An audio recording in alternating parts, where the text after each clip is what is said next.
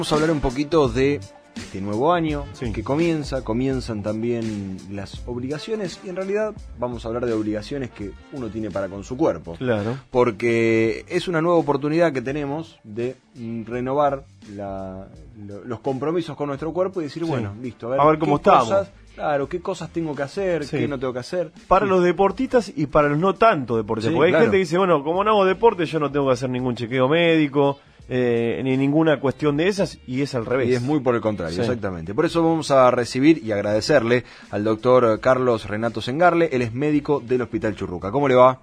¿Qué tal? ¿Cómo le va? Buenas tardes. Muy buenas tardes. Tema interesante, ¿no? El chequeo, el check-up que dicen los ingleses. Sí, exactamente, porque quizás es un buen momento del año donde quizás uno tiene la posibilidad de no tener que llevar a los hijos al colegio, donde las obligaciones aminoran o bajan un poquito. Y también el hecho de decir, bueno, a ver cómo arranco el año. Claro, y a ver si uno puede arrancar el año y saber que está todo bien, qué mejor manera de hacerlo. Claro, el chequeo implica hacerse una revisación médica con los exámenes complementarios que puedan corresponder, siempre y cuando uno esté sano, o sea, absolutamente consciente de que no tiene ningún tipo de síntoma, ni el médico encuentra ningún tipo de signo en el examen físico de esa persona. Claro. Siempre nos resulta a los médicos difícil definir qué es una persona sana. Claro. Es decir, recién mencionaban lo de deportistas. Si hay una cosa que uno tiembla es cuando viene un deportista a decirnos, necesito un certificado que estoy bárbaro. Ese es el problema, ¿no? Parece que los certificados son gratis, porque la gente lo pide... pero, a ver, yo puedo certificar perfectamente que alguien padece tal enfermedad porque estoy convencido por lo que los exámenes muestran eso. Sí. Pero decir... De hecho, a veces nos sorprende el mundo del deporte con alguien que tiene una muerte súbita en medio de la cancha, en medio de alguno que nadie lo esperaba ni había corrido tanto como para eso. ¿Eso se puede prever? Disculpe que me interrumpe porque es algo que preocupa. Porque juego al fútbol y muchos de mis amigos me dicen, decía tu papá que me haga un certificado. Me digo, no. Es eso. Con mis hijos lo tengo muy, muy frecuente. Mire, para que vea el problema, nosotros como médicos lo decimos medio en broma, medio en serio. Usted sabe, como decía Freud, toda broma encierra un fondo de serio. Y decíamos, ¿qué es una persona sana? Y persona sana es aquella que todavía el médico no profundizó lo suficiente en su revisación. O sea, sano es aquel que todavía no lo revisó el médico. No tiene nada porque no lo revisaron. Claro, exacto.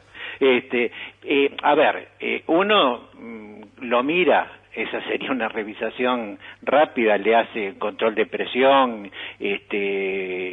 auscultación cardíaca, le pregunta algunas cosas, y bueno, le hace una ecografía y más de una vez, un ecocardiograma, y más de una vez con un problema de válvulas o algún tipo de arritmia que también se puede detectar, ya empieza a sorprenderse, pero si uno le hace estudios más específicos, como una ergometría de alto rendimiento, un ecodoppler, etcétera, uno va encontrando una serie de patologías que a veces no tenían manifestación y que no se la hacen a todos los jugadores ni digamos en algunos profesionales tampoco de alto rendimiento, ¿me entiende? Es realmente un problema y lo que quieren es que uno lo haga por telecomando, por telepatía, ni siquiera a veces decir, pues yo estoy bárbaro, me siento bárbaro y con eso estoy todo bien. Claro. Me parece que el problema de eso también es cuando se hace consciente, porque uno a veces se siente bien y piensa que está todo bien. El tema también es cuando uno lo hace consciente, el hecho de que el miedo de tener algo eso es real también. Digamos, no querés que te lo hagan por miedo a que te salga. Por miedo a que a ver si todavía me encuentra algo. Claro, que es más grave todavía. Y eso también pasa entre los médicos, Sí, no me hago el screening de cáncer de colon después de los 50 a ver si me encuentran algo. Claro.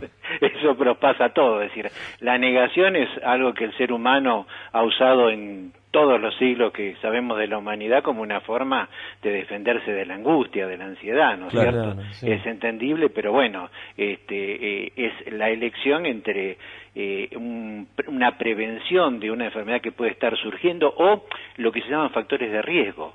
A ver, la hipertensión en sí mismo no es una enfermedad, pero sí las cosas que va produciendo la hipertensión es lo que hace que si uno controla la presión, controla las enfermedades que pueden padecer, claro, ya sea un accidente cerebrovascular, un infarto agudo de miocardio, una lesión en las piernas. El fumar en sí mismo no es una enfermedad, pero sí las consecuencias que va trayendo. Claro. Eso se llaman factores de riesgo. Sí, lo que tiene uno también es que se autodiagnostica lo peor. Siempre dice, claro, te duele la cabeza, tengo cáncer. Entonces, también tiene miedo de ir al médico producto de que ya está, tengo lo peor que puede tener uno. Eso es muy común entre los estudiantes de medicina, se llama hipocondría del estudiante. Claro. Es decir, va pasando porque uno en la medida que pasa bien, es muy contagioso en el sentido que a una persona, un compañero de trabajo, le encuentran tal enfermedad y después se sugestionan que a mí también me puede pasar. Sí. Eso lo vemos frecuentemente, eso es una cosa que incluso hasta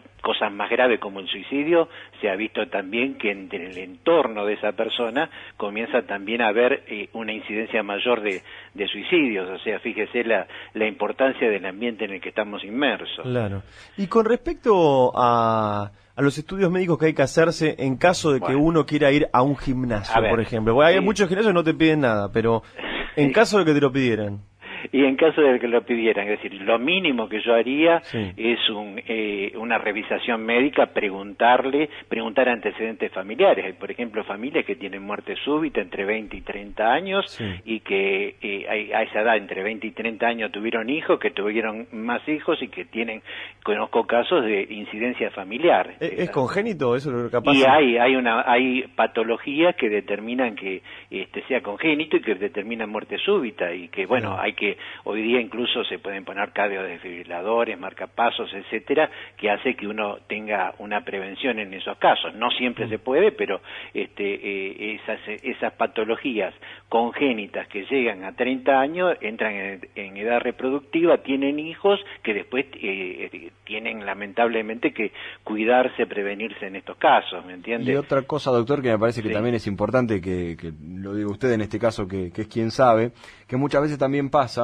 que justamente un poco por la mala información, un poco por el abuso que se hace del diagnóstico a través de Internet, que también es otro gran problema, cuando, por ejemplo, alguien tiene alguna cuestión cardíaca, qué sé yo, algún retardo, algún soplo, o cosas que son más comunes de lo que parece, ahí la persona entra en un pánico, tengo un infarto. Claro, me voy a morir, y no es así. Amplia experiencia en eso tengo, es decir,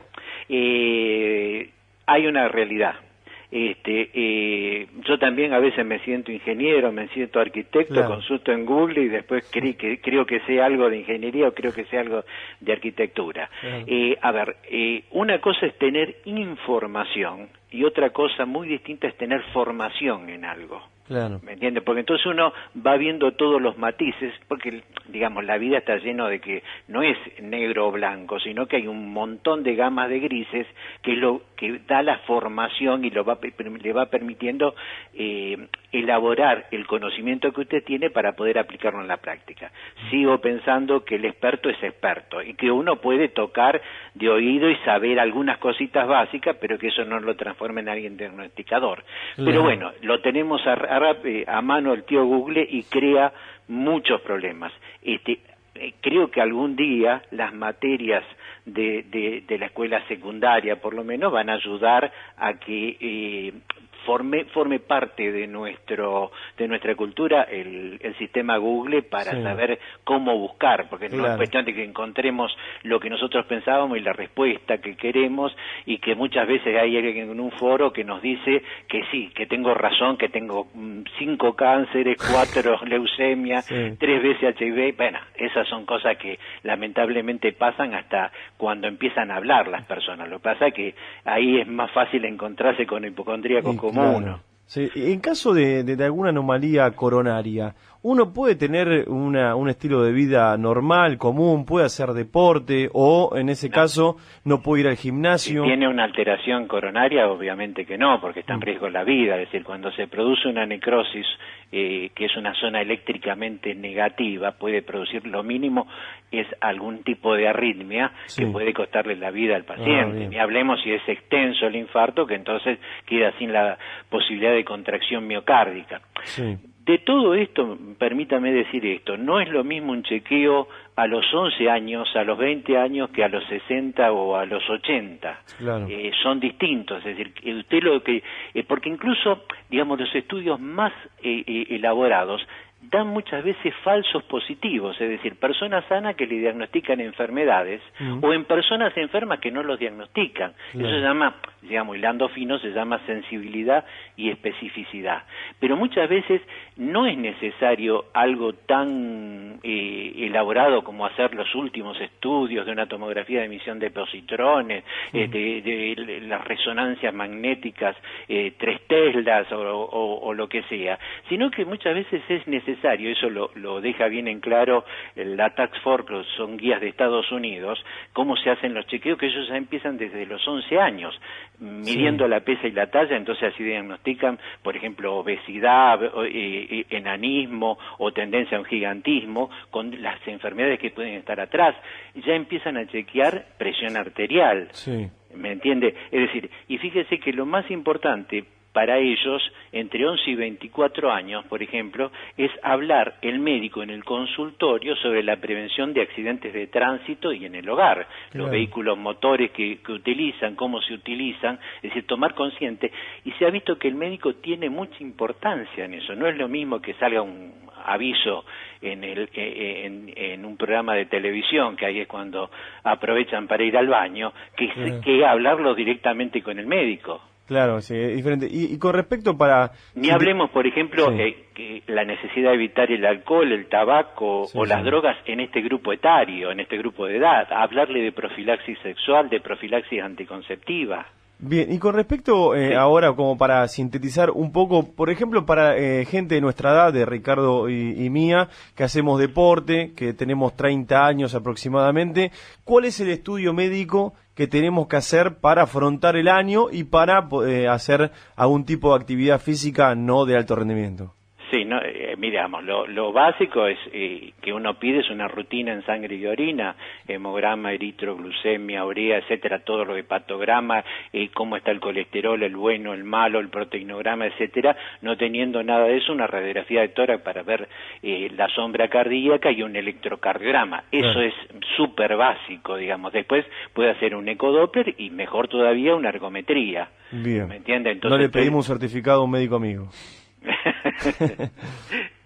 No, son hechos que son importantes. Le digo, muchas veces, obviamente, digamos, me está hablando de un grupo a partir de los 24 años, el hecho, obviamente, la presión arterial, la prueba de HIV, al menos una prueba entre los 13 y los 64 años, tiene que tener, si no es de un grupo de riesgo, de alto riesgo, es decir, lo que implica el examen del médico, cuando habla con el médico, cuando no es simplemente, digamos, una cosa que se hace como si fuera, bueno, un chorizo atrás de otro, sino que está siendo personalizado y tiene que hablar de un montón de cosas, por ejemplo, cómo está toda la parte de vacunación, de serología para la vacunación, para detectar alcoholismo, ahí esa edad empieza todo la parte de alcoholismo, la parte de depresión, cómo está, eso es mucho más importante que un electrocardiograma. A ver, esto lo hago exagerando para que se mida lo que es la importancia del diálogo entre el médico y el paciente. Claro. Bien, doctor. Esto es simplemente un panorama que nosotros queremos darle a los que están del otro lado y motivarlos a eso, a que no tengan miedo, que vayan, que se hagan los estudios. Es una gran manera de arrancar el año. Si está todo bien, no hay de qué preocuparse, y si está todo mal, es momento de solucionarlo. Digo, no hay nada mejor que... Es decir, y ver cómo, es decir, usted lo hace porque está sano y quiere seguir sano. Es decir, a ver, no lo voy a mandar a hacer, o le voy a hablar, que no es importante que si no va a hacer deporte, si no va a hacer una competencia, el hecho de hacer, consumir anabólicos, por ejemplo, me he encontrado con gente de 20 años que quiere consumir anabólico porque está levantando pesas. ¿Y qué estás estudiando? Yo estoy estudiando Derecho. ¿Y vas a hacer después? No, yo quiero hacer eso. No, entonces te conviene más ejercicio aeróbico. Claro. Claro. No sé si me entiende. Y el cuidado dental, la pasta con flora, sí, pero más importante, muchas piezas dentarias se pierden por paradentosis, por problemas en las encías. Sí. O sea, esto es muy importante. La dieta, una mujer de 16, 17, 18 años tiene que empezar a prevenir la osteoporosis de los 60. ¿Me entiende? Entonces, ahí es importante el chequeo para hablar de todas estas cosas. Ahora, lógicamente, si hay patología, ya deja de ser un chequeo y se transforma en una atención médica de una consulta más. Claro. Bien, doctor. Muchísimas gracias por haber pasado por aquí por la vuelta. Una vez más. Hasta luego. Hasta pronto.